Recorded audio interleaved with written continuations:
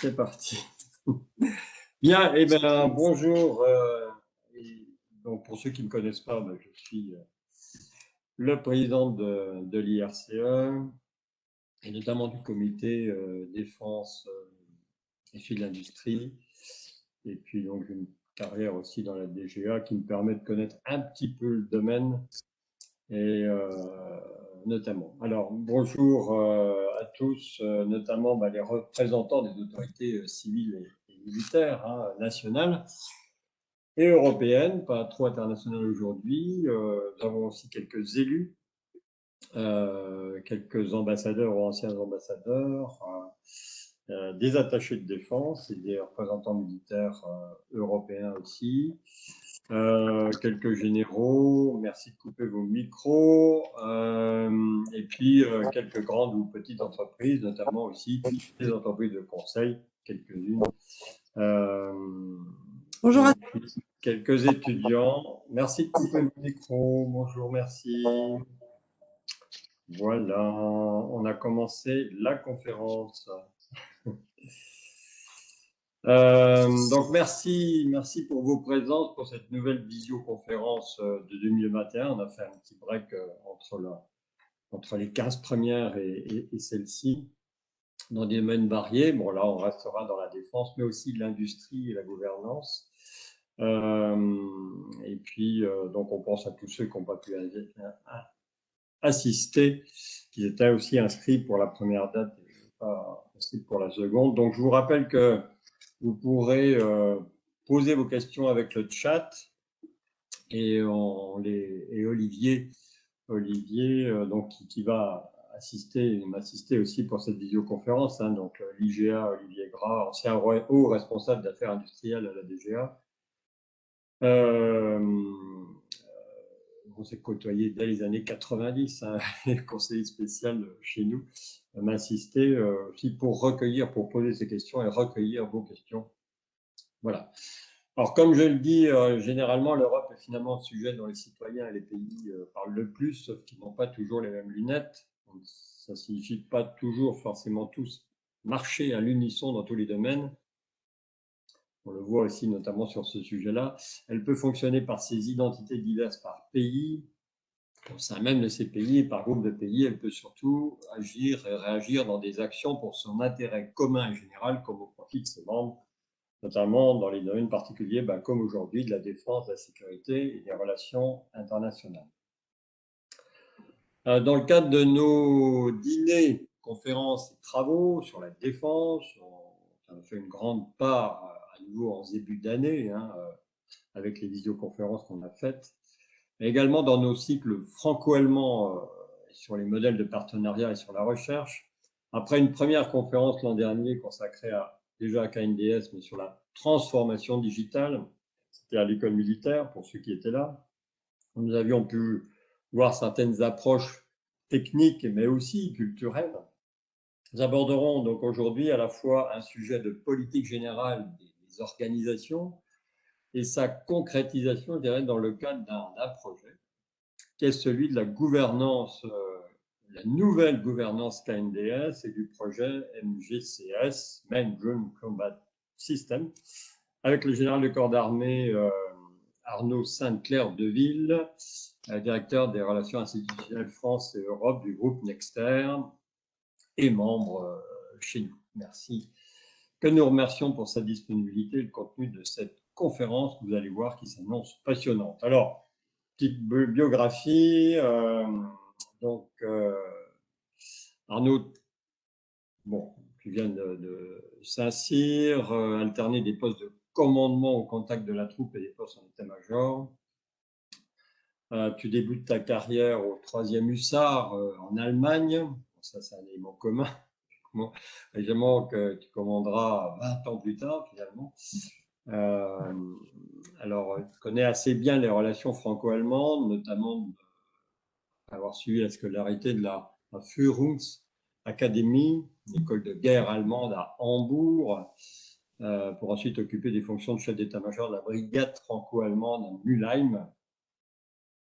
C'est vrai que ça a été intéressant de voir la comparatif avec justement avec l'Eurocorps On a eu la dernière fois. Nommé général de brigade, tu vois confier le commandement de la 2e brigade blindée à Orléans, sous forme de jeunes officiers à Saint-Cyr, donc tu reviens à la formation cette fois-ci, professeur du groupe au cours supérieur d'état-major, et également à l'état-major des armées à Paris. Après 2 années comme chef d'état-major des forces terrestres à Lille, qui commande des écoles militaires de Saumur. Donc, plusieurs opérations aussi, notamment à Sarajevo. Tu as peut-être rencontré aussi, servi avec De Kermabon, qui était un de nos premiers intervenants, mais également en tant que chef d'état-major de la brigade multinationale à Kaboul, en Afghanistan. Tu as également commandé une des grandes unités de l'opération Trident au Kosovo. Donc, en tant que général de corps d'armée en 2014, tu prends le commandement des forces terrestres à Lille. Et donc, tu es aussi membre du comité stratégique de l'armée de terre, en charge de la préparation opérationnelle et de l'entraînement de l'armée de terre. Tu exerces directement ton autorité sur la quasi-totalité des régiments et des états-majors, ainsi que les écoles de spécialisation. Donc, à peu près 80 000 hommes, jusqu'en septembre 2017. Voilà, où tu rejoins finalement le groupe Nexter en qualité de directeur des relations institutionnelles France et Europe. Alors, au-delà, je dirais, de cette intervention qui me touche à bien des égards, après, entre autres, expérience, ces années passées en Allemagne, mon AMX-30 n'avait pas pu être dépanné par un Léopard, où j'avais également contribué modestement aux relations interalliées.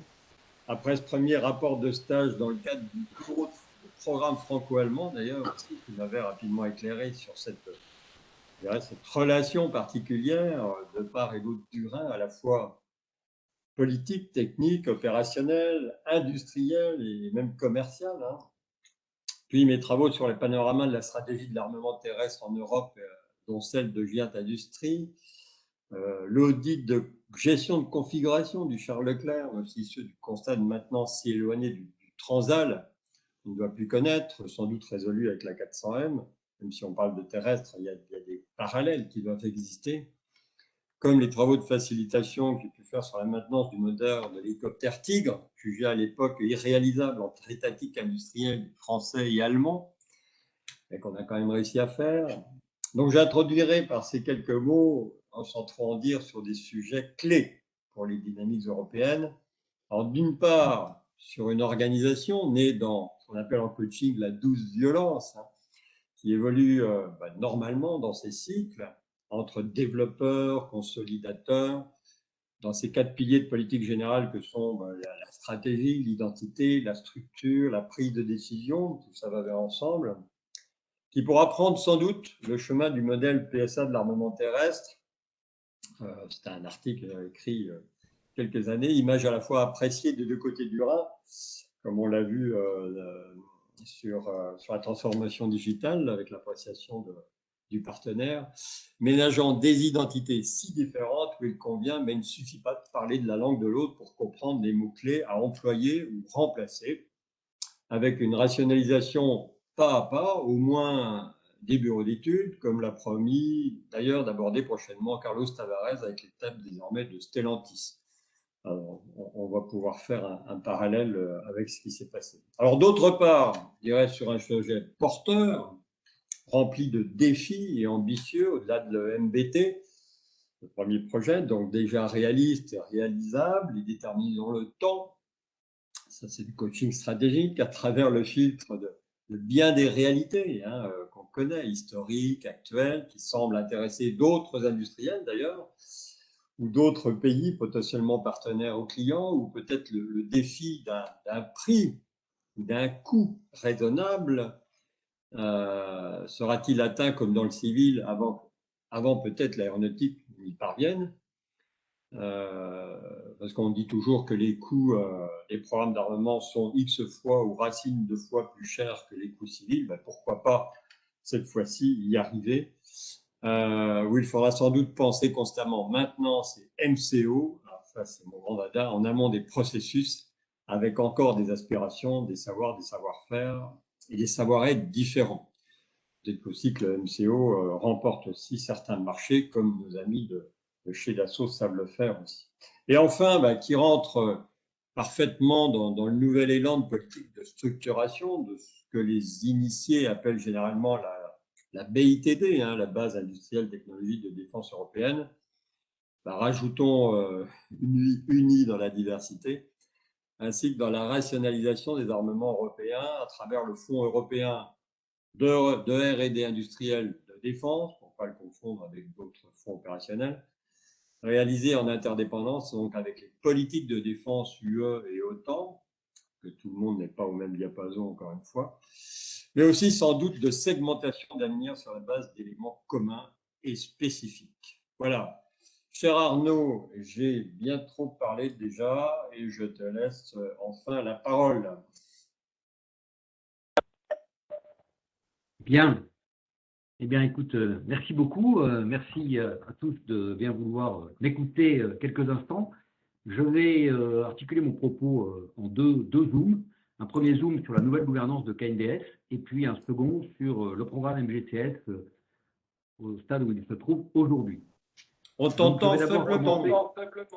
Est-ce que tu m'entends là? C'est bon? C'est mieux. Voilà, pardon, je me rapproche de mon ordinateur. Vous me verrez un peu moins, mais l'important, c'est que vous m'entendiez. Donc, je vous disais, je vais commencer par vous dresser un petit panorama de la nouvelle gouvernance KNDS. On peut mettre la suivante, François, suivante. Attends. Oh, c'est pas vrai. Non, en attendant que ça se mette en place, KNDS aujourd'hui, donc KNDS créé en décembre 2015, donc 6 ans, un peu plus de 5 ans après. Aujourd'hui, KNDS est une société qui a une vision partagée, être le leader européen de l'armement terrestre. C'est une société qui a poussé très loin, vous le verrez, l'intégration sur le plan capitalistique. En revanche, c'est une société qui progresse, qui est loin d'être intégrée sur le plan fonctionnel et qui progresse. Et ce qui est intéressant, justement, c'est que la nouvelle gouvernance qui a été mise en place en décembre, puisqu'il y avait un premier pacte d'actionnaires signé pour 5 ans, et le 15 décembre 2020, soit 5 ans après le mariage, a été mis en place cette nouvelle gouvernance qui commence effectivement à fonctionner au niveau KNDS. Et c'est là-dessus que je voulais un petit peu m'appesantir. Avant, en quelques chiffres, de vous rappeler ce que c'est que KNDS aujourd'hui, et faisant le lien avec le projet MGCS, vous présenter nos projets intégrés, avant, dans une deuxième partie, de vous parler plus spécifiquement du programme MGCS. Je ne sais pas ce qui se passe. Eh bien, c'est pas grave, on va le faire en mode dégradé, ça ne pose pas de problème. Si je vous présenter très rapidement donc l'actionnariat de KNDS aujourd'hui, c'est le mariage du capitalisme, j'allais dire colbertiste, avec le capitalisme rhénan. Alors déjà, il faut enfoncer une porte ouverte. Nexter n'est plus un arsenal. Nexter est une société de droit privé, comme KMV, qui appartiennent tous les deux à KNDS. KNDS, dont le siège est à Amsterdam, possède 100% de Nexter et 100% de KMV. Côté français, 50% des capitaux de KNDS sont apportés via Giat Industries, qui a gardé un contour de société financière, par l'agence de participation de l'État, l'APE, qui apporte 50% des capitaux. Et du côté allemand, 50% des capitaux sont apportés par un regroupement de plusieurs familles allemandes. Mais je pense que c'est important de bien garder ça en tête en termes d'actionnariat et d'organisation capitalistique de KNDS. Avec côté français, il y a une golden share, on dirait, sur certaines activités jugées stratégiques, en particulier pour le domaine des armements gros et moyen calibre, et les munitions afférentes. Alors, la gouvernance KNDS a donc évolué. Initialement, le premier cycle de 5 ans, vous aviez deux co-CEO, et voilà, c'est formidable. Donc, actionnariat, vous revoyez ce que j'ai essayé de vous expliquer à la voix, et je vous propose de passer sur la slide suivante, si François arrive à la mettre. Très bien, c'est formidable. la gouvernance de KNDS. Donc, je vous disais, avant décembre, vous aviez en fait deux co-CEO qui étaient le PDG de Nexter et le PDG de KMV. À l'époque, PDG de Nexter, Stéphane Mayer, et Frank Hahn, PDG de KMV. Vous n'aviez pas de conseil d'administration, vous aviez un conseil de surveillance dont le patron était un Belge, et vous trouviez au sein de ce conseil de surveillance trois personnes pour la France, une personne de l'APE, une personne de la DGA, une personnalité qualifiée, et côté allemand, des représentants des trois familles. Vous n'aviez pas, vous aviez un mini-board au niveau exécutif de KNDS qui se réunissait à Amsterdam. On était sur cette structure-là. Le gros changement qui est arrivé en décembre 2020, c'est donc la création d'un conseil d'administration et la nomination d'un CEO unique.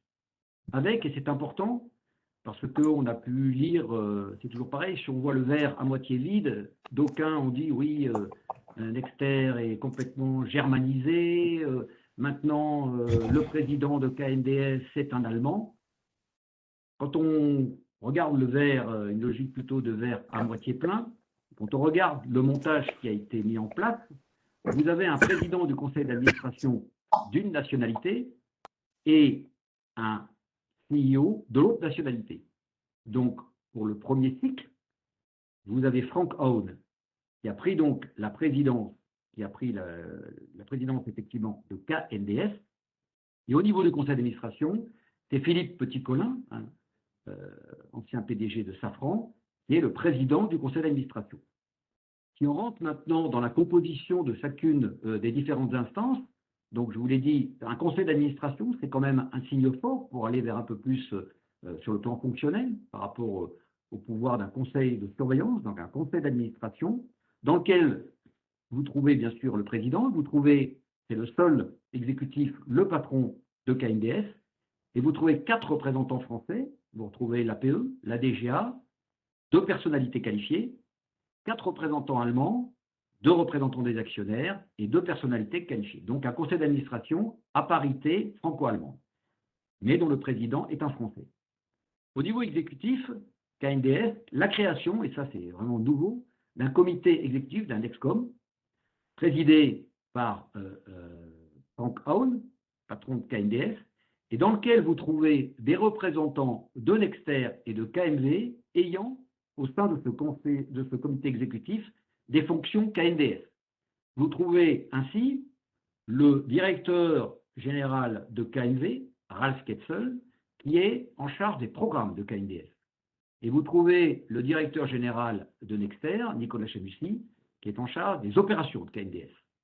Et vous pouvez dérouler la liste et vous trouvez, là encore, vous trouvez une parité franco-allemande avec une petite particularité liée au positionnement, je vous l'ai dit, administratif du siège de KNDS à Amsterdam, avec un représentant KNDS, mais véritablement KNDS, en charge du développement et de l'intégration, et un secrétaire général KNDS.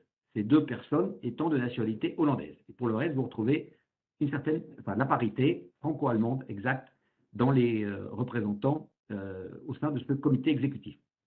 Donc sur cette gouvernance, effectivement, c'est un pas, je pense, conséquent vers un peu plus d'intégration fonctionnelle. Je voudrais simplement rappeler, le mariage Nexter-KNDS est un mariage récent, 5 ans.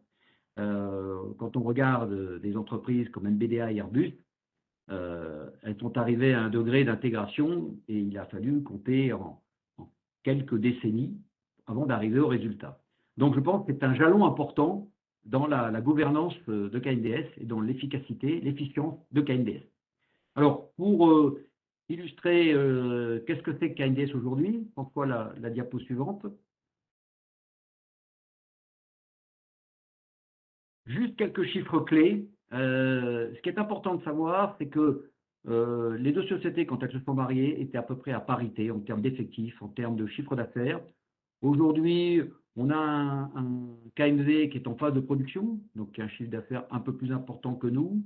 En revanche, on a un Nexter qui est en prise de commande, avec une année record en 2020. un chiffre d'affaires total de l'ordre de 2,5 milliards d'euros et un carnet de commandes, et là on ne parle que des transferts, assez important. Vous voyez à peu près 8 000 employés. Si vous regardez l'implantation géographique des entreprises bien implantées en France comme en Allemagne, et puis par zone géographique, vraiment en coupant dans les virages, on peut dire que KMV historiquement est plus présent que nous en Europe, que Nexter en Europe. Sur le Moyen-Orient, même si les zones KMV est peut-être plus présent que nous au Qatar, on est plus présent en Arabie Saoudite. Nous sommes présents de part et d'autre pour les EAU, donc une certaine parité. Nexter plus présent en Asie du Sud-Est, c'est lié au 105 LV et puis au 150 au César. Et KMV un peu plus présent que nous en Amérique, dans les Amériques. Voilà donc les chiffres clés de 2019 pour KNDS, et ça vous permet de représenter un petit peu ce que c'est. Et en termes de gamme de produits, on est assez complémentaires. Hein. Et sur les secteurs où on pourrait être concurrent, hein, je pense par exemple aux véhicules de combat d'infanterie, on pense des décis, Boxer, il y a un partage du monde qui s'est fait pour éviter de proposer des produits en concurrence directe sur les mêmes marchés. La slide suivante. Projet intégré KNDS. KNDS, et c'est une particularité qu'il faut bien avoir en tête, contrairement à MBDA, contrairement à Airbus, où en fait, autour de projets communs, au fur et à mesure, on a construit ces entreprises. KNDS n'a pas vraiment d'une volonté politique forte de dire on va prendre le systémier intégrateur, architecte systémier intégrateur du terrestre, Nexter en France, KMV en Allemagne, et en particulier les maîtres d'œuvre du Leclerc d'un côté, du Léopard 2 de l'autre. On va les marier pour en faire les maîtres d'œuvre du MGCS. Donc, et le MGCS étant un produit à horizon, mais je vais y revenir, 2035. Alors, entre-temps, qu'est-ce qu'on fait? Entre-temps, on essaye de travailler ensemble et on a un certain nombre de projets intégrés hein, qui ont vocation, et certains deviennent des programmes. Hein, je pense à l'ENBT, hein, l'ENBT qui avait été présenté en 2016, où on prend le meilleur du Léopard 2, le meilleur du Charles Leclerc, et on en fait un char qui a la meilleure technologie possible d'aujourd'hui, avec des possibilités d'évolution. Les munitions, où là l'objectif est assez simple, c'est de faire en sorte que Dexter, qui est un munitionnaire, le troisième munitionnaire européen, KMV qui n'est pas du tout munitionnaire, et bien que les munitions de Dexter puissent être tirées sur les véhicules développés par KMV. Donc là c'est un projet important.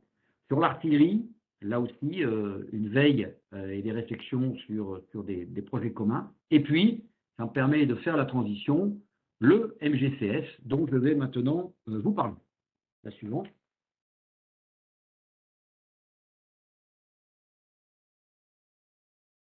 Alors, le MGCS. Le MGCS, j'insiste bien là-dessus, le MGCS, c'est bien plus qu'un char. Le MGCS, c'est vraiment l'objet de supériorité tactique du combat aéroterrestre. C'est un système de systèmes, qui, bien sûr, s'inscrit dans des systèmes plus larges, mais c'est vraiment, il faut sortir, avec le MGCS, on n'est pas là pour faire le Leclerc 2 ou le Léopard 3, mais on est bien là pour répondre à un besoin, mais la réponse à la question comment, ce n'est pas un char, c'est bien plus qu'un char. Je vous parlerai du calendrier général, et puis ensuite je focaliserai effectivement sur où nous en sommes aujourd'hui, en regardant plus particulièrement la phase d'études techniques, et puis ce qui est lancé, l'étude d'architecture qui est en cours, et ce qui est en discussion, hein, SADS, System Architecture Design Survey, et puis les fameux MTD, qui sont les démonstrateurs technologiques. La slide suivante. Le calendrier général. Alors, ce calendrier général, hein, qui est extrait de la lettre d'intention franco-allemande de juin 2018, je vais là aussi vraiment rester, de ne pas rentrer dans les détails, pour ne pas vous abrutir de sigles, etc. Ce qui est important, c'est que les réflexions, elles ont commencé quand j'étais, François le rappelait, quand j'étais patron de l'école de cavalerie, hein, l'école militaire de Saumur, en 2012. Déjà, les états-majors de l'armée de terre français et allemand parlaient, discutaient, avaient des réflexions en commun sur quid de ce qui pourrait succéder au Leclerc ou au Léopard 2. Et puis, ça s'est concrétisé par des études technico-opérationnelles qui ont été faites de part et d'autre du Rhin jusque juin 2018 et le lancement en juin 2018 du MGCS. Le MGCS, en fait… Salut, la semaine pro. Pardon? Le MGCS, donc, ce qu'il faut en retenir, vous avez une phase de préparation qui est assez longue, puisque vous regardez, 2019-2028, le MGCS, on est vraiment sur de la rupture technologique. On n'est pas sur de l'incrément. Hein. On n'est pas, je le répète, pour faire le Leclerc 2 ou le Léopard 3. Donc, qui dit rupture technologique, dit nécessité de dérisquer un certain nombre de technologies. Et donc, pour cela, au sein de cette grande phase technique, vous avez deux sous-phases, une phase étude technologique, une phase démonstrateur système, dans cette phase de préparation. Alors, je vais surtout me concentrer, avant de rentrer dans la réalisation à partir de 2028, je vais surtout me concentrer sur les études techniques, donc ce qui couvre la période 2019-2024, où vont se conduire en parallèle des études d'architecture, il est prévu qu'il y en ait 3, et des études, des démonstrateurs technologiques ciblés, vous les verrez, sur un certain nombre de fonctionnalités, de façon à pouvoir dérisquer un certain nombre de technos avant de passer à la phase FSD, Full System Demonstrator. La suivante. Alors, l'organisation générale de cette première phase, dans la première sous-phase, ce qu'on appelle la phase Technical Demonstrator Phase, ce qui a été souhaité par les États, et vous avez effectivement, vous retrouverez une structure un peu miroir pour ce qui concerne le SAD, le SCAF, sachant, vous le savez, que pour le MGCS, le lead politique comme industriel est assuré par l'Allemagne, contrairement au SCAF, où le lead politique et industriel est assuré par la France. Les deux États se sont mis d'accord sur effectivement la création d'une cellule, la Combined Project Team, la CPT, franco-allemande, dans laquelle vous trouvez des officiers français, des ingénieurs de l'armement de la DGA, et puis leur pendant allemand, CPT qui est hébergé au sein du BAINBV, on va mettre des guillemets l'équivalent de la DGA, mais pas complètement, et c'est cette CPT qui passe ensuite les contrats. Alors le contrat d'architecture que je vais évoquer auprès d'un consortium qui aujourd'hui comprend KNV, Nexter et Rheinmetall. Alors c'est un GME à l'allemande, ça s'appelle ARGE, Arbeitsgemeinschaft pour les germanistes. Et puis bientôt aussi passer les fameux contrats d'études technologiques spécifiques aux démonstrateurs, où là ils peuvent être passés directement à un certain nombre d'industriels. Ça c'est l'organisation générale pour la phase système première étude d'architecture et les MTD. On diminue la focale, on augmente la focale pardon, pour aller un peu plus dans le détail. Le slide suivant. Alors, la première étude d'architecture, donc en fait, elle a été décomposée en 9 sous-projets que vous avez sur le slide, et elle est gérée par ce que je vous expliquais, par cette ARGE, cette Arbeitsgemeinschaft, composée de Rheinmetall, de Cross-Maffei et de Nexter. Et cette organisation est dédiée à la gestion de cette première phase d'architecture, d'études d'architecture. Alors, là encore, quand on regarde, vous avez pour chaque sous-projet un industriel main. Là aussi, on peut toujours avoir de lecture. Si on a une lecture, j'allais dire, les vilains allemands qui nous prennent toute la place, on va dire, oui, vous voyez, quand on regarde vous avez quelques études qui sont réparties. Si on fait le total, on s'aperçoit que dans les chefs de projet, il y a pas mal de projets où il y a plus de projets où le lead est assuré par les Allemands. En fait, si vous prenez une lecture en disant, mais si on regarde KNDS, vous apercevez que KNDS est présent sur une majorité de sous-projets. Et puis surtout, ça c'est très important, parce que ça fait partie des accords de la LOI, quand vous rentrez sur le workshare est bien réparti entre la France et l'Allemagne, puisque, in fine, 25% du workshare va pour Rheinmetall, 25% pour KNV, 50% pour Nexter. Quand je dis ça, ça ne veut pas dire que tout va pour Nexter, si je prends la France, puisque derrière, Nexter est le chef de file dans cette affaire-là de la BITD française et irrigue un certain nombre d'autres industriels français qui travaillent déjà sur ces différents lots. Voilà ce qu'on pouvait dire sur cette étude. Peut-être un petit zoom sur le calendrier de cette première étude d'architecture. Alors, bien entendu, le Covid n'a pas aidé. L'étude a été lancée, en fait, signée en mai 2020, mais il était prévu que le T0 serait 2 mois après la conclusion du contrat pour prendre en compte les retards, les difficultés liées au confinement et au Covid. Vous voyez aujourd'hui, donc, il y a eu un certain nombre de livrables qui ont été donnés.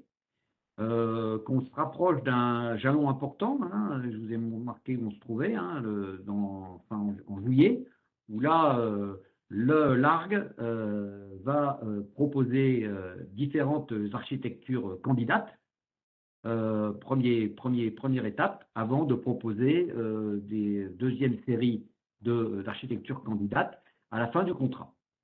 Le point de départ, hein, ce qui est important, si je vous renvoie à ce que je vous disais sur les ETO, c'est que les ETO étaient arrivés à la conclusion qu'il y avait accord pour dire que le MGCS, ça serait un système de plateformes qui combinerait des plateformes habitées et des plateformes non habitées.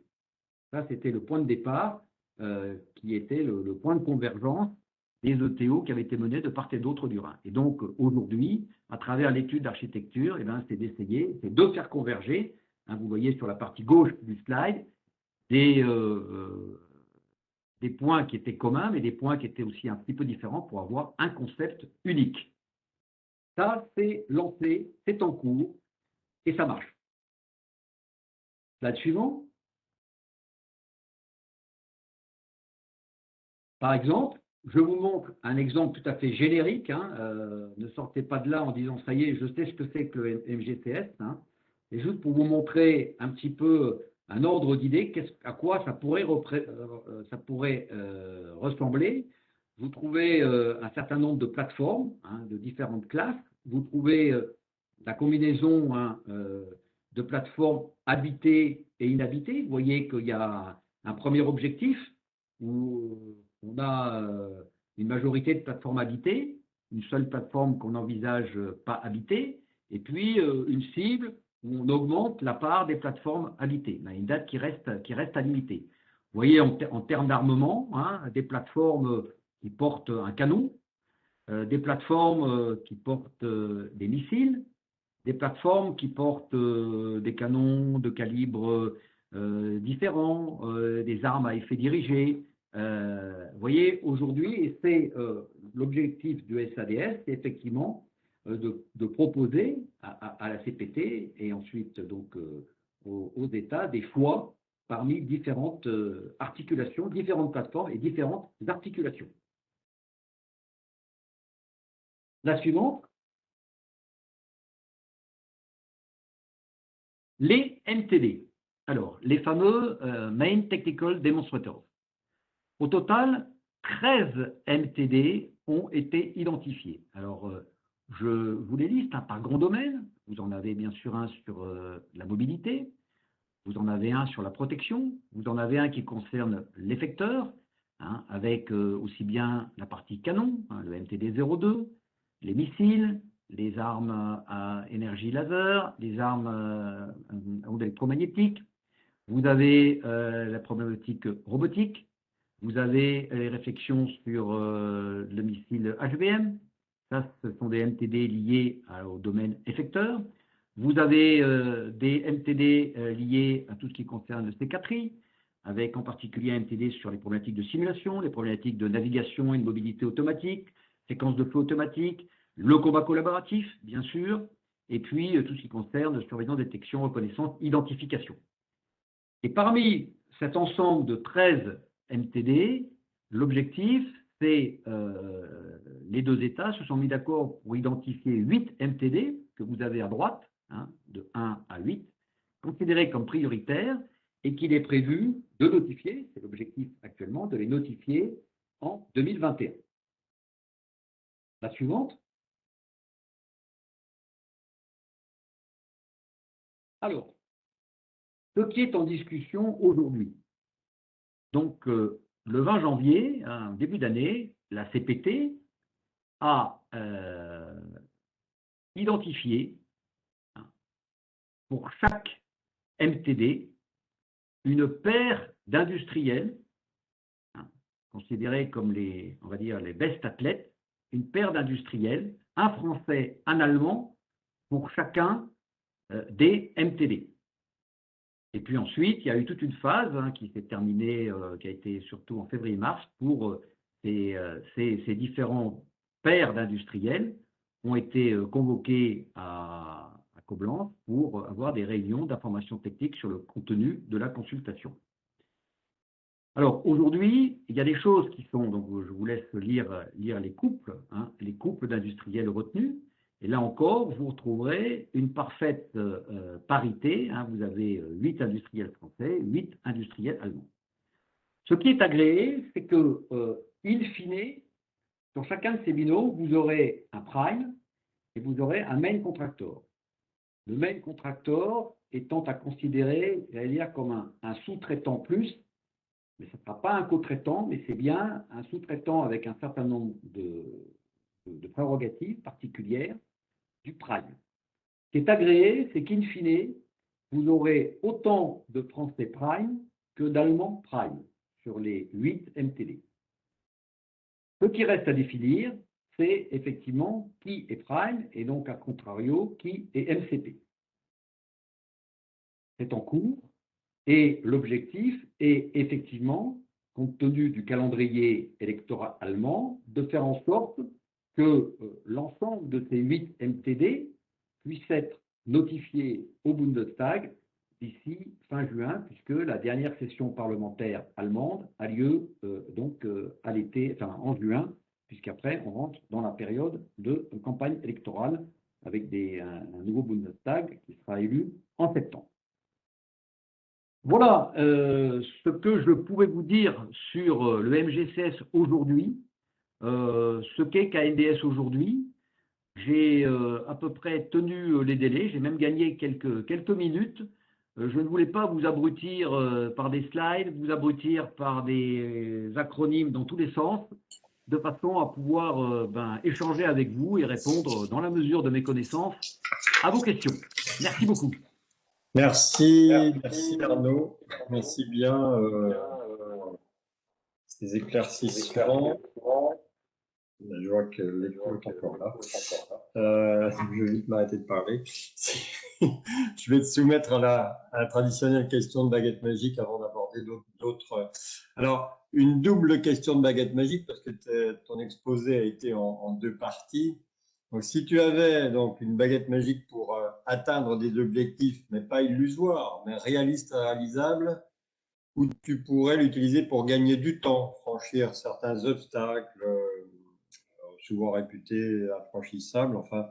Donc, une baguette pour la gouvernance et une baguette pour le programme. Ça serait quoi un vœu à exprimer pour chacune de ces parties? On ne t'entend pas. On ne t'entend pas. Pardon, voilà, j'ai remis le son, j'avais coupé le son pour respecter la consigne. Non, je pense que la baguette magique pour la gouvernance, ça serait, tu l'as évoqué en introduction, c'est effectivement cette intégration fonctionnelle. Il y a bien sûr des organisations, mais on le sait, et je citais d'autres expériences dans ce domaine de l'intégration au niveau européen, c'est cette connaissance accélérée, la connaissance de l'autre. Ce n'est pas tellement la langue, mais c'est la façon dont les gens fonctionnent. Un Allemand, ce n'est pas un Français qui parle allemand, et un Français, ce n'est pas un Allemand qui parle français. Une fois qu'on a compris ça, qu'un Allemand, ce n'est pas un Français qui parle allemand, et vice-versa, qu'un Français, ce n'est pas un Allemand qui parle français, je pense que ça prend du temps, et là, on pourrait gagner beaucoup de temps pour faire en sorte, effectivement, que les relations puissent, au sein même de KNDS, on puisse mieux comprendre et donc gagner du temps. Sur la deuxième vœu qui concerne le programme, là, mon souhait, c'est véritablement, je vous l'ai dit, hein, KNDS, c'est bien sûr, enfin, le MGCS, c'est KNDS, mais c'est pas que KNDS.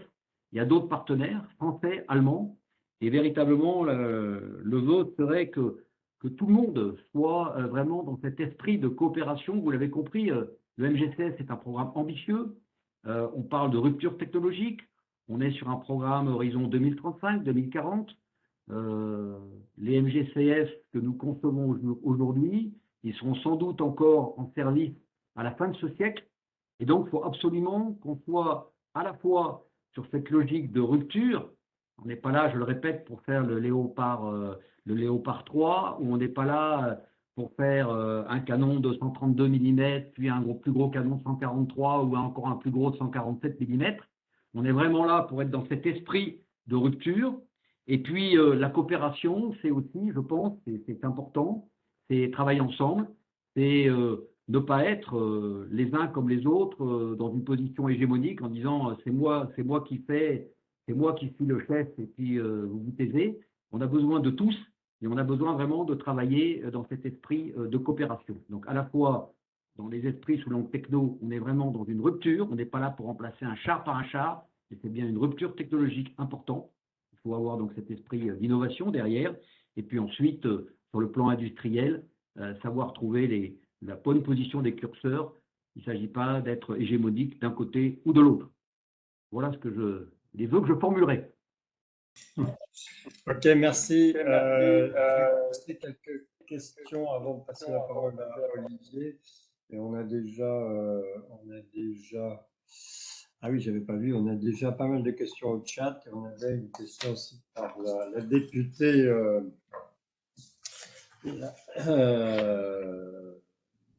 voilà, Natalia Koziref qui a posé une question. Bah, on va la poser maintenant d'ailleurs.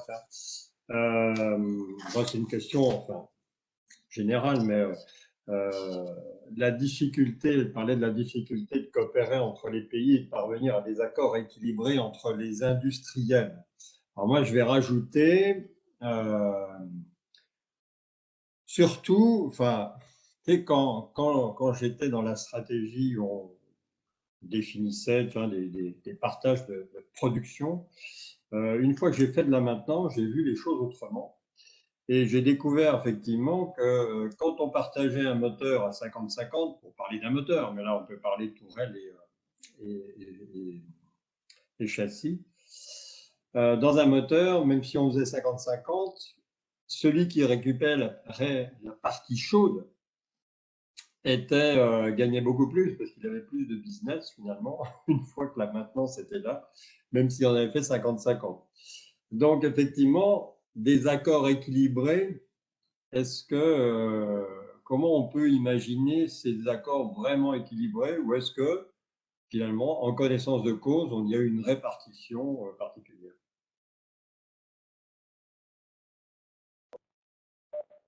Bien, juste en préambule à ma réponse, je voudrais juste dire que la réussite d'un projet de cette taille en bilatéral, ça passe par la convergence de trois axes. L'axe politique, l'axe opérationnel et bien sûr l'axe industriel. L'axe politique, aujourd'hui, il est là, sachant que chaque axe doit être lui-même en phase. La convergence politique, elle existe, mais malheureusement, elle ne suffit pas. Je vous rappelle, en 1981, tout le monde a cette image, perron de l'Élysée, le chancelier Schmitt et le président Giscard d'Estaing, nous allons construire ensemble le char franco-allemand du XXIe siècle, ou de la fin du XXe siècle, et ça a donné le Leclerc et le Léopard 2. Donc, c'est une condition nécessaire, mais qui n'est pas suffisante. Le besoin opérationnel, il est difficile parce qu'il y a des cultures militaires qui sont différentes. Et puis ensuite, il y a la problématique du calendrier qui fait qu'il faut aligner la planète. Je renouvelle mes équipements majeurs à peu près au même moment. Alors, ce sujet-là, qui concerne ces deux sujets, pour ce qui concerne aujourd'hui le MGCF, l'axe politique n'a pas changé. Il y a cette volonté de réaliser ce char en commun. Sur le besoin opérationnel, vous l'avez vu, il y a les OTO de la période 2012-2018 ont conclu sur un concept commun, l'idée de ces plateformes de ce système multiplateforme, avec des plateformes habitées et non habitées, et puis un calendrier qui est agréé par les deux nations, ce qui n'est pas toujours facile. Donc ça, c'est réalisé. Après, vous avez la convergence industrielle, qui, c'est vrai, est la plus compliquée. Et aujourd'hui, je pense qu'avec le programme MGCF, on a la chance, parce que j'insiste bien là-dessus, faut vraiment, moi, vous ne m'entendrez jamais dire que le MGCF, c'est un phare. Le MGCF, c'est autre chose. Et je pense justement que ça ouvre des champs très importants et qui permettent effectivement à chacun de trouver sa place pour un partage d'activités qui soit équilibré. Mais c'est vrai qu'il faut profiter de cette opportunité pour ne pas être là pour vouloir à tout prix recaser une solution qu'on a commencé à développer qui va peut-être être une solution efficace pour les 5-6 ans qui viennent, mais qui, quand on se ramène par exemple aux objectifs opérationnels qui sont donnés par les gouvernements en termes de performance, qu'est-ce que doit faire le MGCS à horizon 2035, 2050, et je vous l'ai dit, sur des périodes-là, il faut innover, il faut imaginer le champ de bataille terrestre futur, et là, il faut réfléchir à d'autres choses. Et ces autres choses, il faut le penser de façon collégiale, ensemble, dès le début. Et je pense que c'est vraiment quelque chose de très, très important si on veut pouvoir réussir ce montage industriel. Alors, KNDS s'y emploie.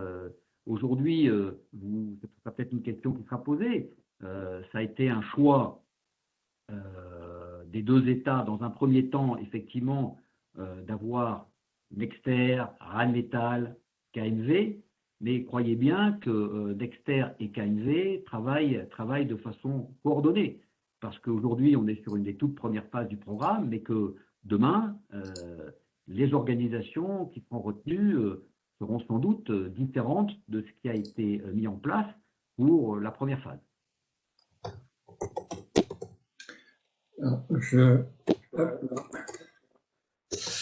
Alors, je vais poser une question à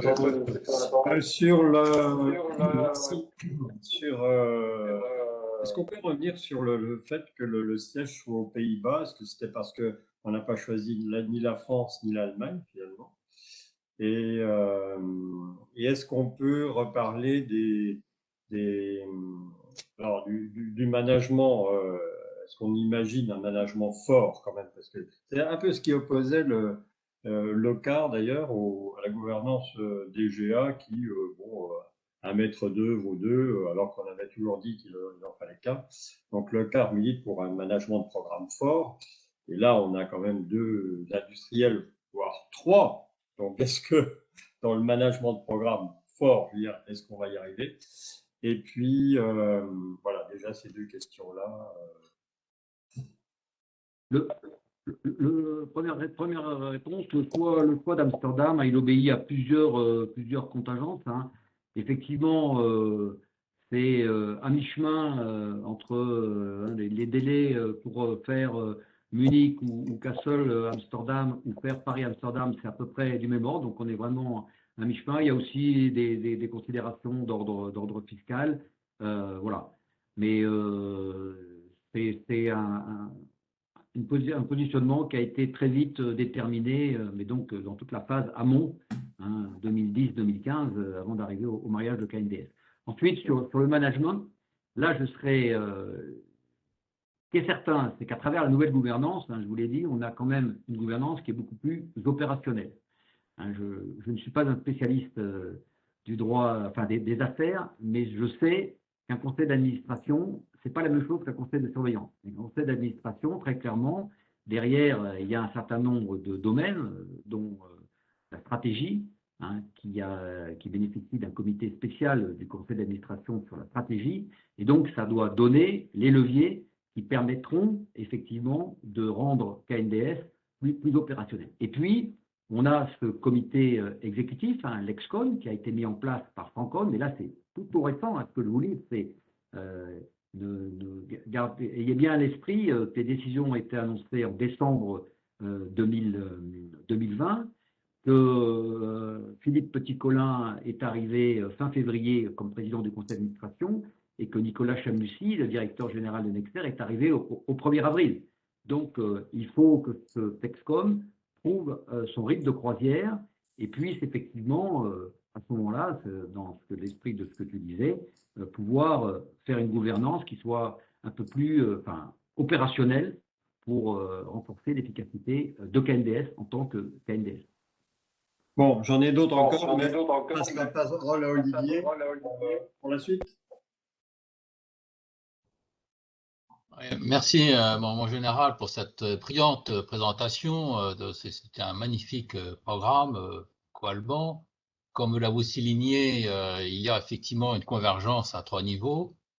Niveau politique, au niveau opérationnel et puis au niveau industriel. Au niveau industriel, c'est aussi une très belle ambition et bravo pour créer ce que je qualifierais d'une culture commune à partir de 3 cultures très affirmées, d'autant plus particulièrement pas uniquement du côté français, mais aussi du côté allemand. Donc c'est une très belle ambition. Alors je résumerai les quelques questions qui sont arrivées. Il y a tout d'abord effectivement la deadline pour présenter au Bundestag en juin, donc ça laisse sous-entendre que les élections pourraient un petit peu changer, bien sûr, la vision politique, et donc quelle influence cela peut-il avoir sur la convergence politique?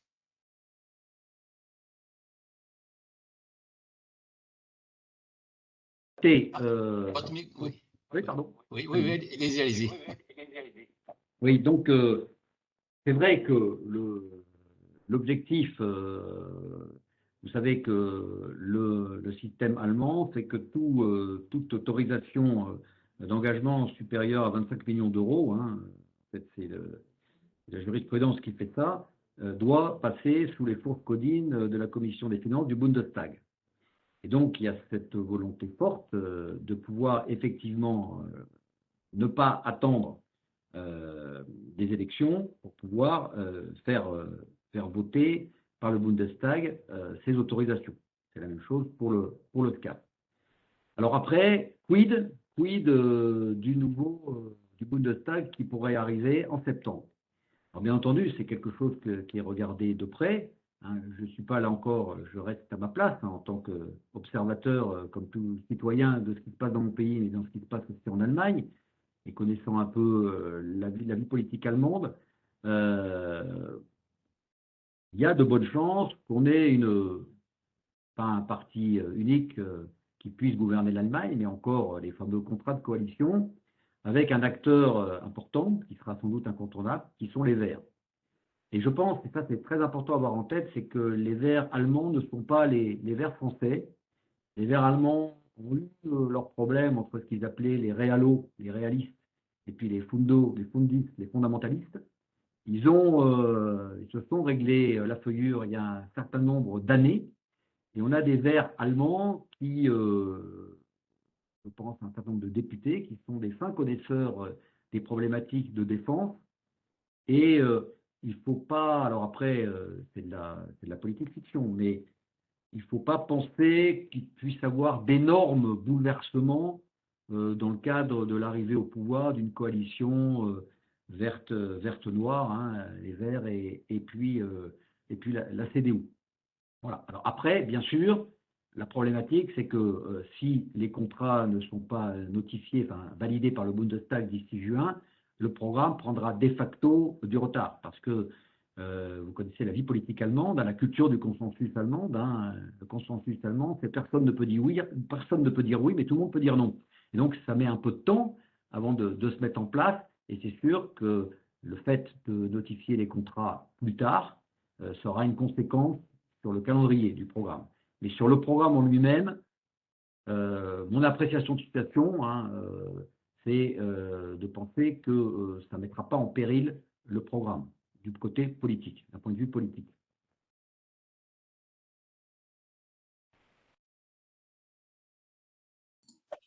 Et merci, mon général, pour votre réponse très claire. Alors, il y a un ensemble de questions qui touchent à la restructuration industrielle et que je décomposerai en 2 questions.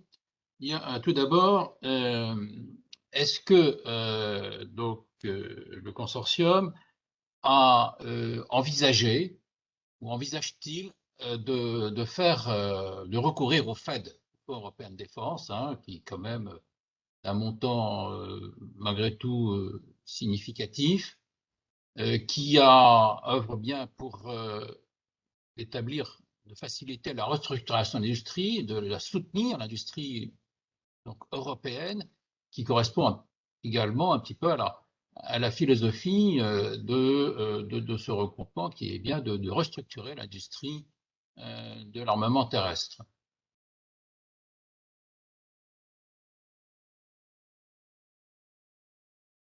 Question très intéressante, question sensible aussi. Le MGCS s'inscrit dans une LOI, hein, je vous ai présenté cela au cours de mon exposé, où on est vraiment dans une approche bilatérale. Alors, est-ce que cette approche bilatérale veut dire on se ferme et on sera fermé tout le temps? Non. Simplement, elle veut dire, à la lumière de certains autres programmes que je ne citerai pas, européens, où on est parti à plusieurs et le résultat n'a pas été, au moins dans le calendrier, conforme aux attentes des personnes qui s'étaient mis dans ces projets, des pays qui s'étaient mis dans des projets. Il y a une sorte de volonté de commencer à deux pour véritablement développer ensemble des concepts, des études d'architecture, des démonstrateurs, et puis ensuite, la porte peut être ouverte.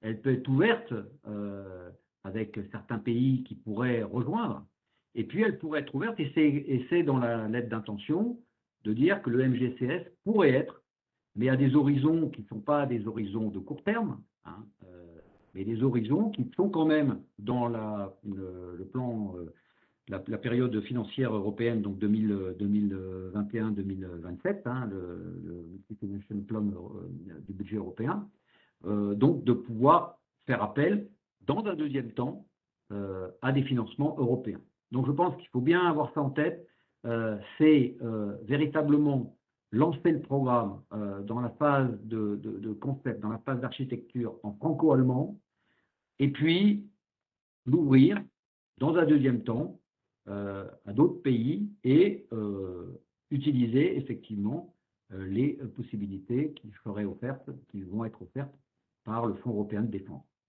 C'est vraiment cette étape-là et ce point-là est un point sur lequel les deux gouvernements sont en phase de faire en sorte que la phase que nous vivons aujourd'hui de conception, d'études, de dérisquage des technologies se fasse en franco-allemand. Ça, je reprends la parole, Olivier, pour rebondir là-dessus. Donc, dans mon introduction, j'avais parlé, et j'aime bien le rajouter à chaque fois, et le sénateur Bizet, d'ailleurs, l'avait bien repris lors d'une conférence, c'est le Fonds européen de recherche et de développement industriel. Alors, quand on insistait sur les mots, peut-être qu'il fallait quand même y passer pour pas froisser à la fois nos amis, nos partenaires outre-Atlantique et puis certains pays européens. Mais enfin, bon, ça reste fait, voilà. Et, et justement, au niveau de la recherche, je vois que Tristan de Villemagne nous a rejoint enfin.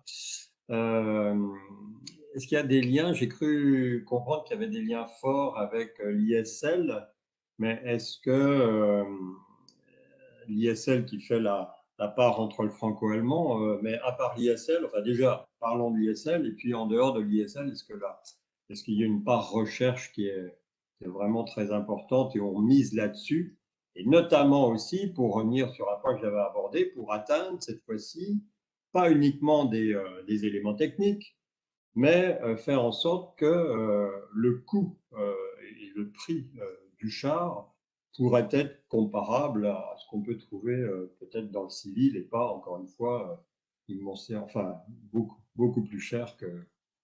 Voilà, merci. Alors, dans le MGCS, tel qu'on peut s'imaginer, vous avez différents effecteurs, différentes technologies qui sont étudiées, mais avec quand même, ne l'oublions pas, l'objectif d'avoir en 2035 un engin opérationnel. Il ne faut pas perdre de vue cet objectif.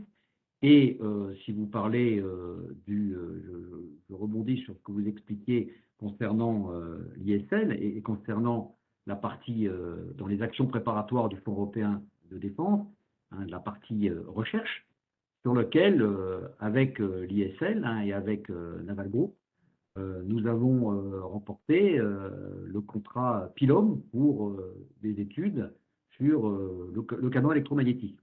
Alors, quand je dis ça, vous me dites, oui, ben, on va mettre le canon électromagnétique sur le MGCS, compte tenu du calendrier et compte tenu, là encore, je ne suis pas un expert, hein, mais l'agent général de l'UNMAG pourra compléter mon propos. On n'envisage pas d'avoir des canons électromagnétiques opérationnels sur des plateformes terrestres style MGCS à horizon 2035. Donc on est sur des calendriers qui sont un peu plus éloignés. Maintenant, c'est vrai que dans le cadre des travaux, vous savez que le Fonds européen de défense, le règlement a été adopté, et actuellement, les États, et la Commission est en train de finaliser le programme du FED avant de passer ensuite aux différents appels. Et dedans, il est prévu d'avoir, puisque sur le FED, on est sur des volumes beaucoup plus importants, il est prévu de mettre en place quelque chose qui s'inscrit dans la suite de l'autre partie des actions préparatoires, hein, la partie capacitaire, PEDID, hein, EDIDP, sur Ground Combat Capabilities, hein, les capacités de combat terrestre, où là, on peut envisager effectivement d'avoir peut-être certaines briques technologiques qui pourraient, en cours d'évolution de programme, venir se greffer. Hein. Et c'est pour ça que je répète, il n'y a pas de fermeture, hein, et la LOI dit bien que le MGCS pourrait à terme être éligible à certains financements européens. Et voilà, je pense que c'est important de bien avoir à l'esprit ces éléments.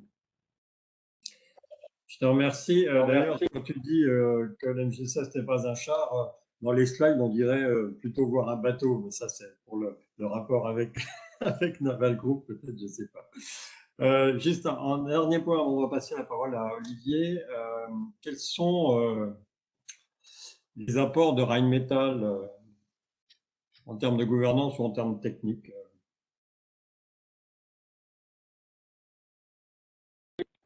Alors, Rheinmetall est un industriel de l'armement terrestre allemand incontournable, et il y a eu clairement la volonté de l'Allemagne, et qui, je le répète, avait le lead politique et industriel, de mettre cet acteur dans le paysage du MGCS. Rheinmetall, aujourd'hui, Rheinmetall est à la base, je pense que c'est important de bien avoir ça à l'esprit, l'architecte systémier intégrateur de l'armement terrestre en Allemagne, c'est KMW. Quand on reprend Léopard 2, il faut savoir que le concept du Léopard 2 a été développé par Porsche, qui ensuite l'a transmis à KMW, et KMW était l'architecte systémique intégrateur du Léopard 2. Donc Rheinmetall est moins systémier que KMW, et KMW se présente d'ailleurs comme étant la maison du Léopard. Ceci dit, Rheinmetall aujourd'hui dispose d'un portefeuille d'activités très vaste. Rheinmetall fabrique des munitions, systèmes munitionnaires. Rheinmetall fabrique des canons. Et Rheinmetall, aujourd'hui, effectivement, se lance dans ce travail, ce métier d'architecte systémique intégrateur, avec, en particulier, on peut penser au Lynx, qui est à la fois un véhicule de combat d'infanterie, mais sur lequel on pourrait faire un certain nombre de choses, et à cette volonté très claire aussi de développer ses compétences. Voilà. Donc je dirais, aujourd'hui, c'est vrai que l'ambition de KNDS, elle ne change pas. KNDS, je le répète, s'est construit autour du maître d'œuvre du Léopard 2 et du maître d'œuvre du Leclerc, donc qui s'estime légitime pour être le maître d'œuvre unique du MGCS. Dans la phase où nous nous trouvons, qui est une phase, je le répète, où on cherche à développer un certain nombre de technologies à travers les MTD, ce n'est pas incohérent qu'on trouve Rheinmetall, qui a, je le répète, des vrais savoir-faire en matière de munitions, en matière de canons. Ça, c'est la phase de démonstrateur technologique. Après, quand on rentre dans l'intégration, je le répète, qui est un vrai métier, là, la place de Rheinmetall sera peut-être différente. En tout cas, l'ambition de KNDS, hein, qui je répète a été créée pour ça, reste bien inchangée d'être à terme le maître d'œuvre du MGCS. Olivier? Oui, merci mon général pour vos réponses très éclairantes. Alors, il y en a plusieurs nos éditeurs ont fait plusieurs questions. Alors, il y a une question qui est un petit peu transverse, habituelle en matière d'armement, c'est la question de l'export. L'export que je présenterai sous deux facettes. Il y a une, tout d'abord, la répartition des actions d'exportation entre les deux, je dirais même les trois composantes à Rheinmetall, pour éviter les concurrences fraticides, hein, qui finalement ne bénéficient à personne, si ce n'est les concurrents qui voient les composantes se battre entre elles. Et puis l'autre, c'est évidemment en matière d'armement, c'est le contrôle étatique qui est soit autorisé, soit refus. Et de ce côté-là, donc effectivement, c'est un aspect éminemment politique. Mais sans entrer dans cette considération politique, du côté donc de KNDS, comment voyez-vous quelles sont les actions que vous avez déjà entreprises, parce que déjà la répartition est présentée, mais j'ajoute Rheinmetall aussi, hein, ce qu'il est compris dedans. Et d'autre part, comment envisagez-vous de présenter ces questions, cette question d'exportation aux autorités politiques des deux pays? Alors, vous m'auriez posé cette question il y a 3 ans. Je vous aurais dit, eh bien, on essaie de trouver des pistes. Et ces pistes, aujourd'hui, ben, elles existent. Elles existent à travers, vous le savez, le traité d'Aix-la-Chapelle, qui a donné lieu à une annexe spécifique. Certains d'entre vous ont entendu parler des fameux accords d'Obré-Schmidt, hein, mis en place, même s'ils n'ont jamais été vraiment formalisés, mais qui étaient une référence dans les années 70 et qui ont permis de faire un certain nombre de programmes en franco-allemand avec succès. Et donc, les travaux autour du traité d'Aix-la-Chapelle, la problématique des exportations d'armement a été traitée. À travers effectivement trois différents niveaux. Hein. Je vais commencer par les niveaux qui nous intéressent moins par rapport au MGCS. Hein. Il y a des clauses particulières lorsqu'on est sur de la coopération entre industriels de deux pays, un Français et un Allemand, qui veulent travailler ensemble. Il y a des clauses particulières, mais qui peuvent nous intéresser, nous, KNDS, à travers le programme ENBT, qui n'est pas un programme étatique, mais qui est un programme de deux industriels qui se mettent d'accord pour faire quelque chose. Et puis vous avez la règle du de minimis pour, j'allais dire, les autres programmes. Mais le premier cas, c'est effectivement le cas de programmes en coopération bilatérale avec l'accord des gouvernements. Et pour ça, alors bien entendu, il reste toujours des clauses particulières qui peuvent permettre à un gouvernement de dire je ne donne pas l'autorisation, mais j'allais dire on est dans l'exception. Il faut comprendre qu'il y a toujours les raisons d'État qui peuvent agir, mais ce qui est vraiment important, c'est qu'on part, il faut toujours voir le verre vraiment à moitié plein dans ce cadre-là, on part de quelque chose qui très clairement précise que lorsqu'on est dans cette configuration d'un programme qui est mené en bilatéral, programme d'armement mené en bilatéral, qu'il n'y a pas de blocage. C'est vraiment exceptionnel qu'un pays bloque la possibilité pour l'autre pays d'exporter le matériel conçu ensemble. Ça, je pense que c'est vraiment important. Après, au niveau de KNDS aujourd'hui, nous travaillons en liaison avec la DGA pour pouvoir faire en sorte effectivement que nos bureaux d'études puissent échanger des données à travers, il y a pour certains sujets, on passe par des demandes qui sont traitées au niveau de la SIEML, mais on cherche à donner un peu plus de fluidité pour permettre ces échanges de données et de pouvoir faire travailler ensemble nos bureaux d'études. Mais on l'a fait à travers, par exemple, le NBT. Il a bien fallu échanger. Vous interfacez pas comme ça une tourelle de Leclerc sur une caisse de Léopard 2. Donc, il a fallu échanger un certain nombre de données et ça a pu fonctionner. Donc, je pense qu'aujourd'hui, pour répondre à votre question de façon synthétique, au final, je pense que ce problème des exportations, on a quand même bien avancé. Il faut vraiment être conscient que cette annexe au traité d'Aix-la-Chapelle permet quand même d'éclaircir un horizon qui, il y a encore quelques mois, était, je dirais, il y a 2 ans, qui était encore un vrai sujet de préoccupation. Je rappellerai que dans le modèle PSA, que je rappelle toujours, et la première phase a été le rapprochement du bureau d'études et maintenant, ça y est, c'est enfin l'osmose a enfin pris et c'est vraiment une étape indispensable. Je te repasse la.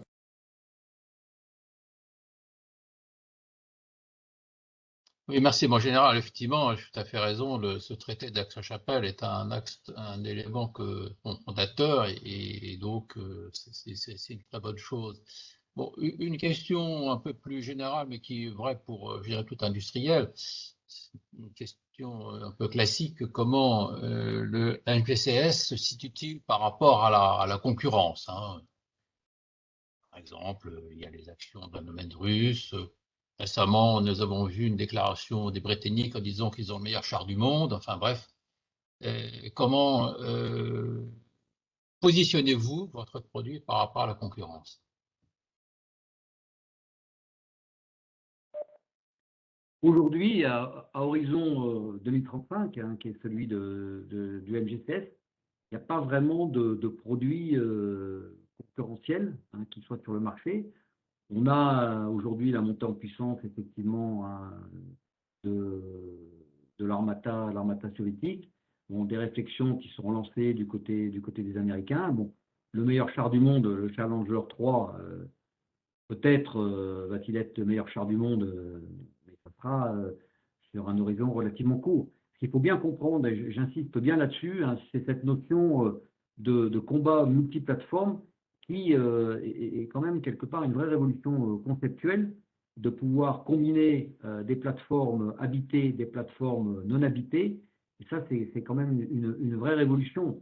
Et sans rentrer dans tous les détails, mais les réflexions que mène l'armée de terre, hein, d'autres que moi je ne suis qu'un has-been dans ces domaines-là, mais je suis quand même cavalier, et j'ai pu voir un petit peu les réflexions qui étaient menées autour de ça.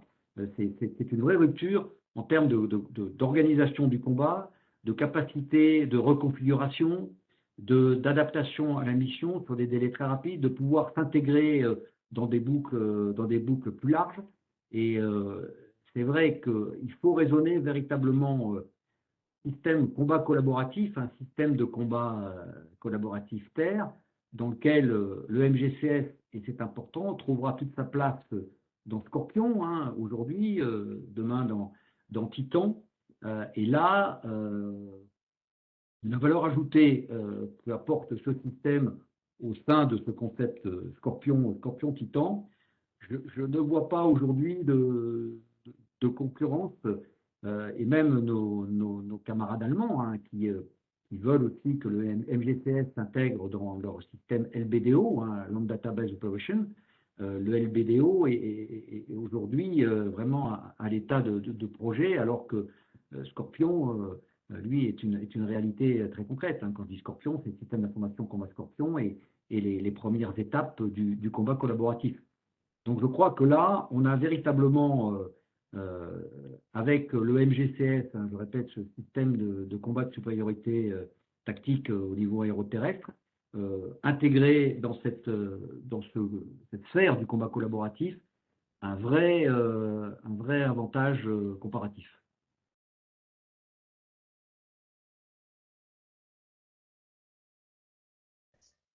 Merci, mon général, pour votre excellente réponse. Bon, il y a une question, des questions un peu plus techniques. Bon, c'est effectivement une question de Patrick Michon qui est tout à fait très extrêmement pertinente. C'est que dans les plateformes, la donnée d'entrée principale, c'est la classe de masse. Donc, effectivement, c'est un élément très dimensionnant. Et je peux apporter quelques éclairages sur cette classe.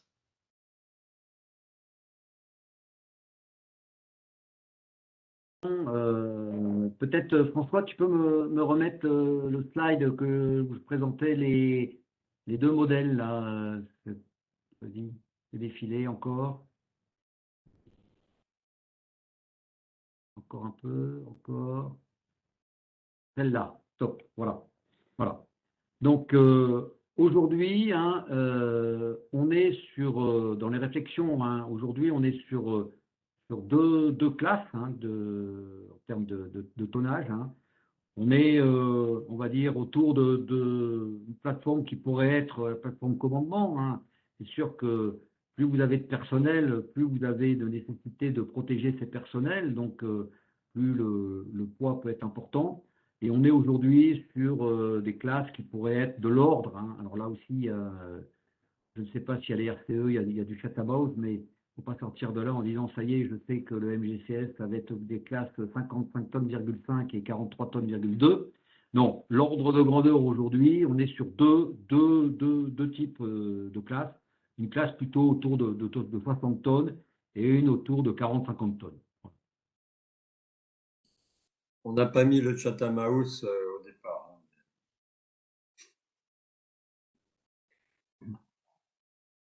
Non, je vous donne des ordres de grandeur hein, qui n'ont rien de. Oui, sur des ordres de grandeur, de toute façon, qui aujourd'hui on retrouve dans certaines rien littératures de. spécialisées déjà. Voilà, voilà, tout à fait. Tiens, les gars, il y a une question de Denis là, qui est intéressante à la fin.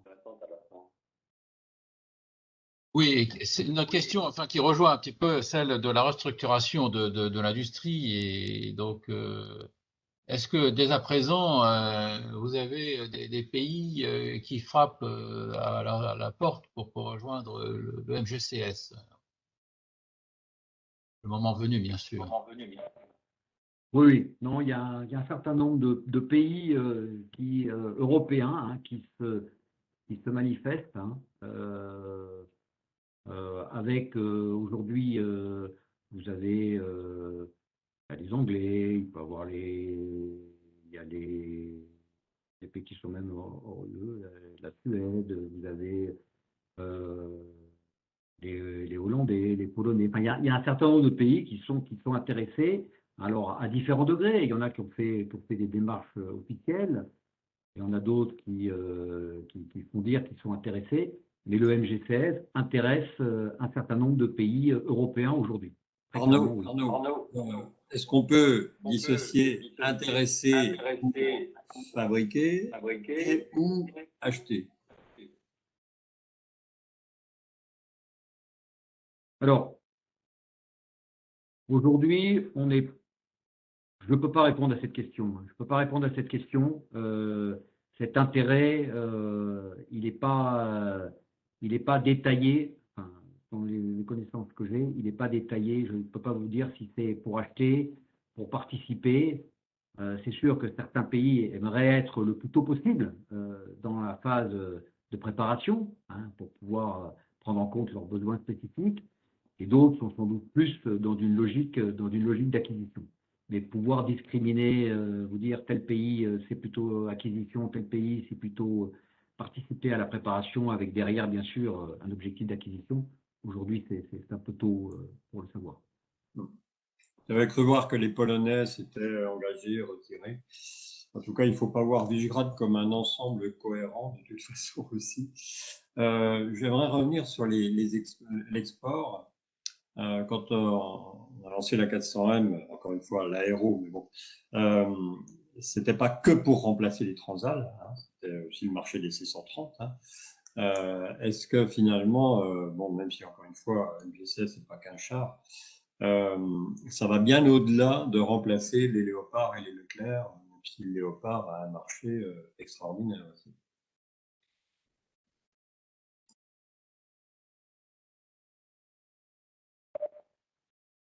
Non, aujourd'hui, c'est vrai qu'aujourd'hui, on est focalisé sur répondre déjà aux besoins de nos deux pays. Il y a aussi, bien sûr, une réflexion sur le marché européen, avec un certain nombre de pays, on en a parlé, hein, et puis ça fait l'objet de discussions assez intenses, toujours là, sur les Britanniques. Hein. Qu'est-ce qu'on fait? On sait que le MGCS va arriver en 2035. Qu'est-ce qu'on fait en attendant? À un moment donné, est-ce qu'on achète des Léopard 2? Vous l'aviez peut-être vu comme moi dans certaines presses. Donc vous avez effectivement en Europe un certain nombre de pays qui pourraient être intéressés. Au-delà, vous avez effectivement, que ce soit côté français, enfin côté KNV ou côté Nexter, un certain nombre de nos clients d'aujourd'hui,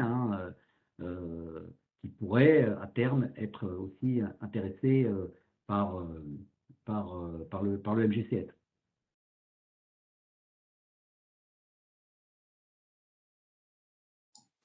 Est-ce qu'il y a des zones export qui sont réparties en disant, tiens, ça c'est plus une zone allemande, une zone française, c'est un peu la complémentarité qui fait que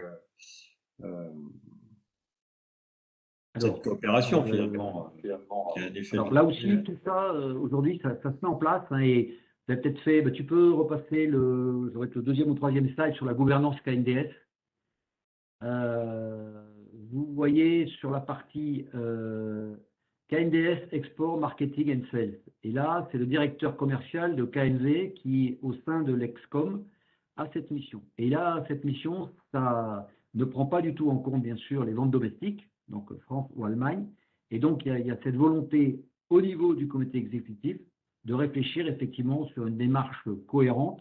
Mais là encore, je le répète, ça se met en place. Aujourd'hui, on est plus sur, on cherche à éviter à se faire de la concurrence, mais on est vraiment dans cette démarche de pouvoir avoir une vision globale en dehors de nos marchés domestiques pour pouvoir justement, à terme, proposer des produits comme le MGCS.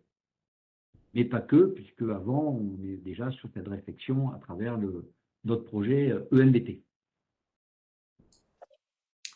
Olivier. Oui, merci mon général pour vos réponses. Il y a, j'ajouterai une autre question. Le MGCS structure cette restructuration. C'est c'est un système de combat qui associe plateformes pilotées des plateformes non pilotées. Comment se situent les autres produits de KNDS? Je pense l'artillerie, qu'elle soit aujourd'hui essentiellement le système César, mais il y a peut-être d'autres produits. Est-ce qu'il y a un effet d'entraînement pour restructurer, pour mettre en synergie les actions, que ce soit de Nexter dans ce domaine, les autres actions, et celles de Crossmarfile, pour faire une véritable entreprise qui soit unique autour de son seul conseil, créer en plus cette culture commune, de KNDS. Alors, je vais vous répondre à travers les deux. Là aussi, tu peux remettre le slide peut-être où il y a les IPT, et ça donnera une partie des éléments de la réponse. Ça doit être donc c'est avant. Encore avant. C'est le dernier de la présentation. C'est le dernier de la présentation KNDS. Encore en arrière. Non, simplement pour dire qu'aujourd'hui, ça doit être juste après. Encore, on va faire l'avant. Hop, voilà, c'est ça. Et hop, c'était celui-là. Non, simplement pour dire que aujourd'hui, à très court terme, c'est la problématique des munitions. La problématique des munitions, c'est de faire en sorte que les obus de 155 que fabrique Nexter soient certifiés au sens technique du terme, et puis ensuite par certains États, pas sur le PZH 2000. Ça, c'est vraiment concrètement pouvoir présenter, puisque c'est KMV qui est le système intégrateur du PZH, avoir un produit unique, un produit KNDS, où le porteur, l'effecteur, comme la munition, est fabriqué par KNDS, Nexter ou KNV. Et puis ensuite, pour répondre plus précisément, sur l'artillerie. Le domaine de l'artillerie, je vous ai dit que l'artillerie est un de ces projets intégrés aujourd'hui, avec effectivement, si vous rembobinez un petit peu le film, on a parlé, donc avant la LOI de 2018, 2017, on parlait du couple CIFS-MGCS. Et c'est vrai que l'effort a été porté sur le MGCS. La problématique sur le CIFS, hein, et sur lequel KNDS réfléchit, c'est que là, on est typiquement sur la problématique de l'harmonisation du besoin avec des pays qui n'ont pas obligatoirement la même compréhension du besoin, la même comment dirais-je, formalisation du besoin sur l'artillerie. Avec ces problématiques sur l'artillerie, hein, qui tournent autour de combiner à la fois la portée, à la fois la précision, avec différents secteurs en termes de portée, ce qui fait qu'aujourd'hui, on reste en veille sur ce sujet-là, hein, de façon à pouvoir proposer quelque chose. Mais aujourd'hui, c'est vrai que la formalisation, le CIFS, alors qu'il n'est pas perdu de vue, hein, récemment, les deux armées continuent à garder cet objet en réserve, mais je crois qu'aujourd'hui, on est à un stade effectivement où l'expression des besoins est un petit peu différente, et là, on est justement sur la nécessité de pouvoir faire converger ce besoin opérationnel avant de pouvoir le réaliser par un axe industriel.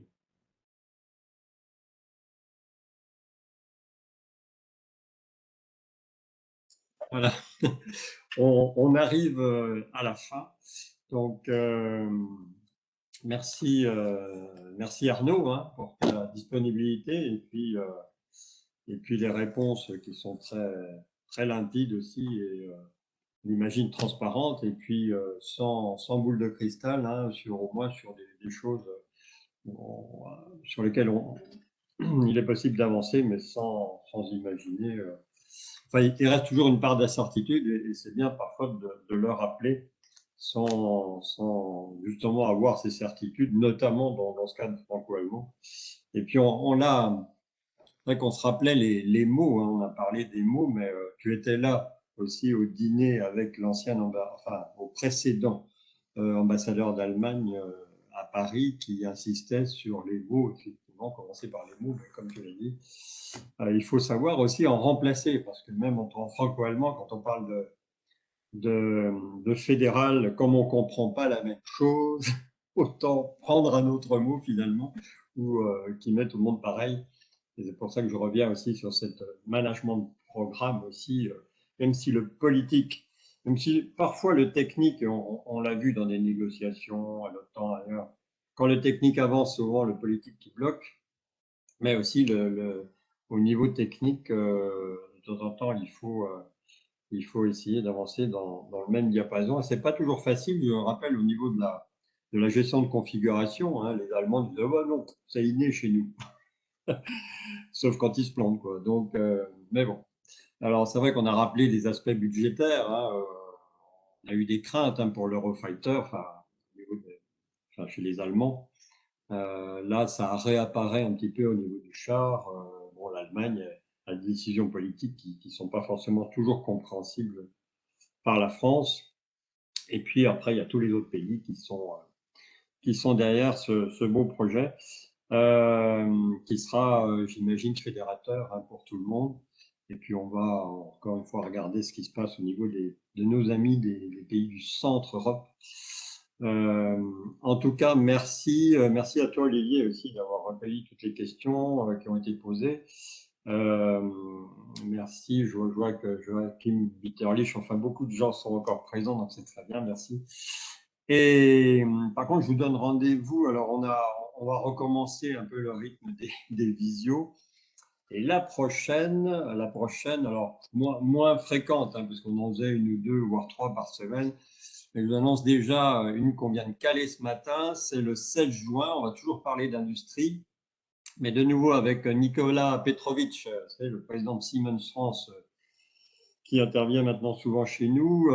Il parlera de son bouquin le 16 juin, donc de l'illusion post-industrielle à la société post-digitale pour une renaissance industrielle européenne.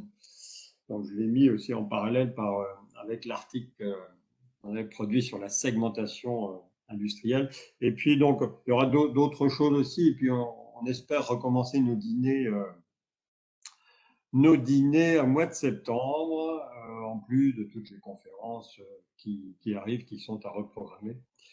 En tout cas, merci à vous tous et à vous toutes aussi, hein, parce qu'il y a pas mal de dames aussi parmi nous et c'est très bien. Merci encore Arnaud et donc je vous dis à très bientôt et bonne soirée.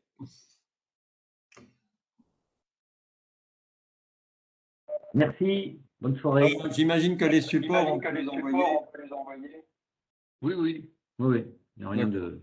Okay. Donc vous aurez les planches et les comme d'habitude. Allez, bonne soirée.